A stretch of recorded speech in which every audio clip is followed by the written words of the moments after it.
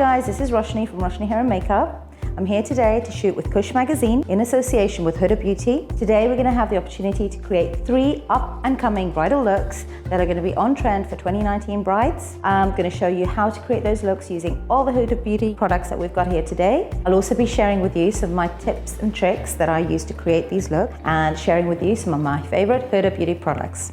Before we start the application of the makeup, I've taken some time to cleanse, prep and prime the skin. So now the model's face is ready for makeup application. I'm going to kind of go with a more of a coral tone, which is in shade Cherry Soda.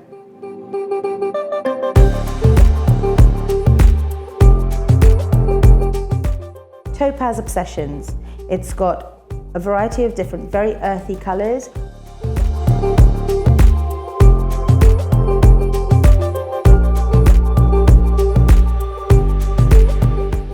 I do talk a lot about the longevity of my bride's makeup, so I like to ensure that not only is her skin looking glowy, but I know that it's going to stay the whole day, there's no caking or cracking.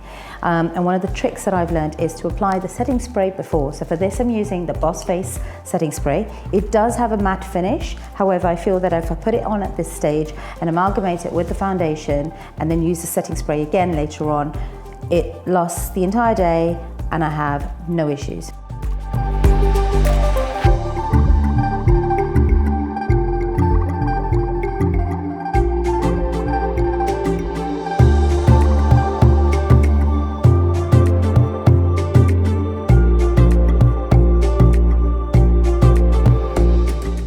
For the second look, we're going to create something a little bit different.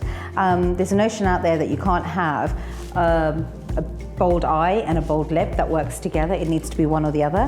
However, today I'd like to create a very big statement eye with a bold lip coupled together with contrasting colors. So we're going to go for a green eye with a purple pink lip, and let's see how it goes.